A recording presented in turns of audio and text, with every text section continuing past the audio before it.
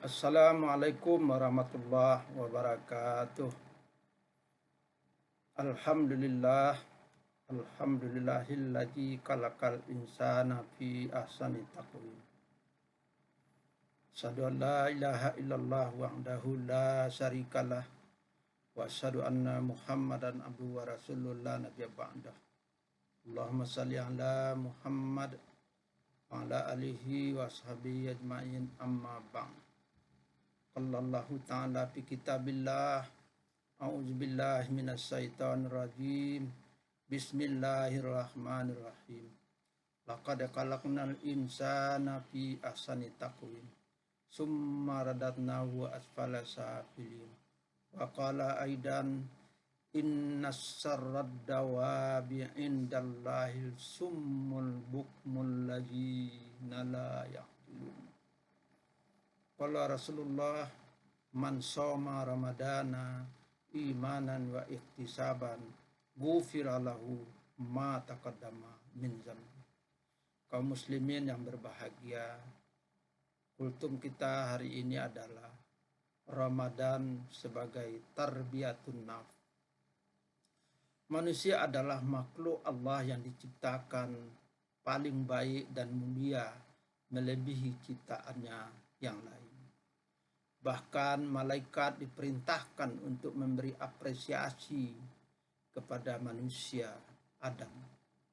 Tetapi mereka juga rentan untuk terjatuh ke lembah yang paling hina, asfala safilin. Bahkan Al-Quran mengatakan manusia seburuk-buruk dan sesesat-sesat binatang di sisi Allah adalah manusia yang punya akal tapi tidak digunakan untuk berpikir dan menghasilkan hal-hal yang baik dan benar. Punya mata tapi tidak bisa digunakan untuk membedakan yang bagus dan yang jelek. Punya telinga tidak bisa digunakan untuk mendengarkan perkataan yang benar dan salah. Kenapa manusia itu bisa demikian? Mungkin karena manusia itu tidak mengenal dirinya atau tidak mendidik dirinya secara benar sesuai dengan agama Allah. Kata Imam Ali radhiyallahu anhu, siapa yang mengenal dirinya, dia akan mengenal Tuhannya, dan siapa tidak mengenal dirinya, maka dia tidak akan mengenal Tuhannya. Manusia sebagai ciptaan Allah terdiri dari jasmani dan rohani. Al-Quran mensimbolkan penciptaan dari unsur turab sebagai lambang yang rendah dan hina, dan dari unsur roh ilahi sebagai lambang kesucian. Inilah yang membuat manusia dinamis di dalam dirinya. Kadangkala manusia bisa menjadi baik ketika yang dominan adalah roh ilahi, dan kadangkala manusia bisa menjadi jahat, bejat, dan buruk tingkah lakunya ketika yang dominan adalah tarikan turab. Untuk itulah Allah menurunkan 4 hidayah kepada manusia agar dia selalu berada pada posisi ciptaan ahsani taqwim. 4 hidayah itu adalah insting, panca indera, akal, dan agama.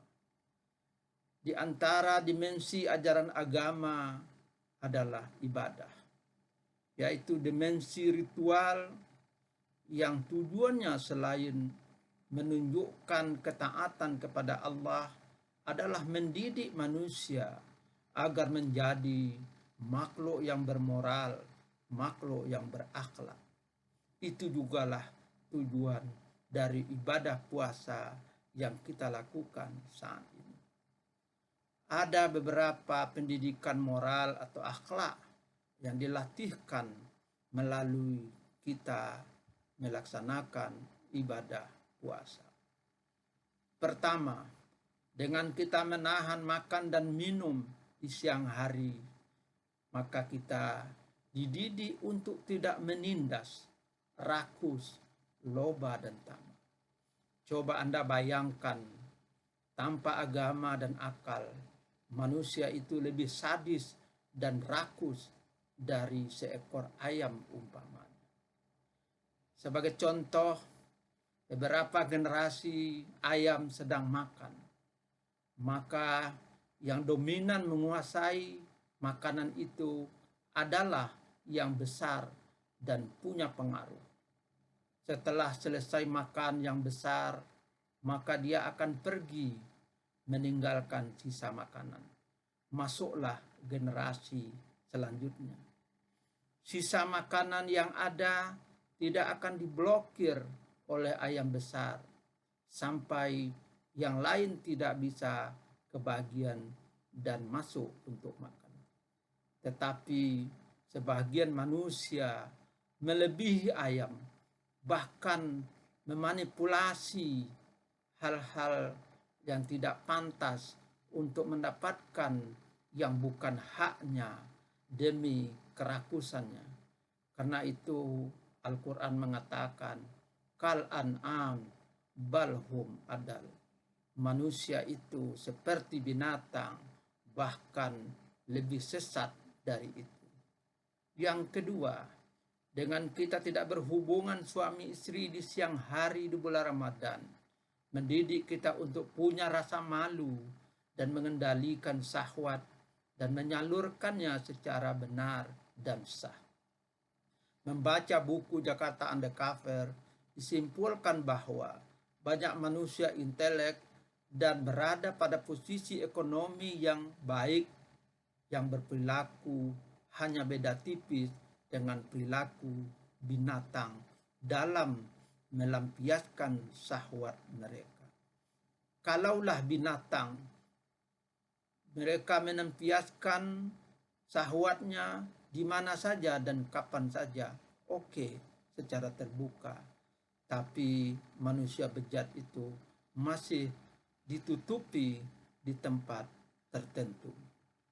Ketiga, dengan kita menahan diri tidak bergunjing, berdusta, dan berbohong selama puasa, mendidik kita untuk menjadi manusia yang jujur, amanah, dan dapat dipercaya. Kejujuran ini adalah barang mahal di negara kita saat ini. Kita tahu hari ini indeks persepsi korupsi negara kita menjadi ranking 85 dari 180 negara dan ranking 4 di negara ASEAN, Singapura, Brunei, dan Malaysia.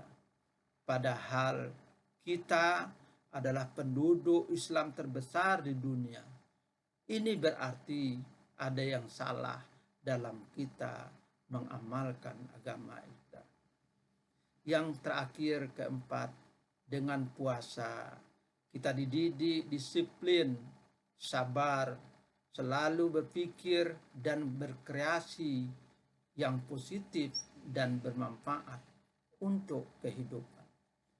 Itulah sebahagian kecil dari tarbiyah puasa yang dapat membentuk diri kita menjadi orang-orang yang bermoral dan insan yang fitri, karena dosa-dosa kita setahun yang lalu telah diampuni oleh Allah Subhanahu wa taala bila kita berpuasa penuh dengan keimanan dan perhitungan.